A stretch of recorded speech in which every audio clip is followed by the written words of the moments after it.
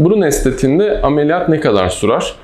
Bu konu oldukça sık gündeme geliyor. Burun estetiği için ideal ameliyat süresi yaklaşık 2 saat 15 dakika ile 2,5 saat arasında değişiyor.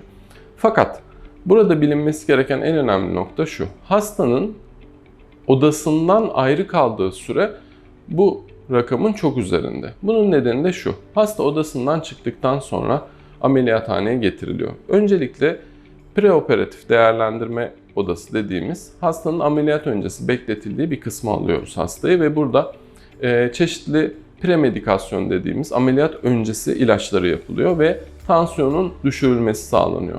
Tercihen bu odada hastalar tansiyonları belli bir aşamaya düştükten ve sakinleştikten sonra ameliyathaneye alınıyorlar. Ameliyathaneye hasta alındıktan sonra sanılanın aksine hemen ameliyat başlamıyor. Hasta ameliyat masasına geçtikten sonra anestezi hastayı uyutuyor. Daha sonra hastanın ameliyat esnasında üşümemesi için ısıtıcıları hastaya bağlanıyor. Hastanın emniyet kemerleri takılıyor ve daha sonra hasta lokal infiltrasyon dediğimiz lokal anestezik madde ilaçları burnuna yapılıyor. Daha sonra hastayı örtüyoruz ve hastanın yüzü steril solüsyonlarla temizleniyor. Sonra ameliyat başlıyor. Bu ameliyat 2 saat 20 dakika, 2,5 saat sürdükten sonra bu sefer hastanın ayılma süreci başlıyor.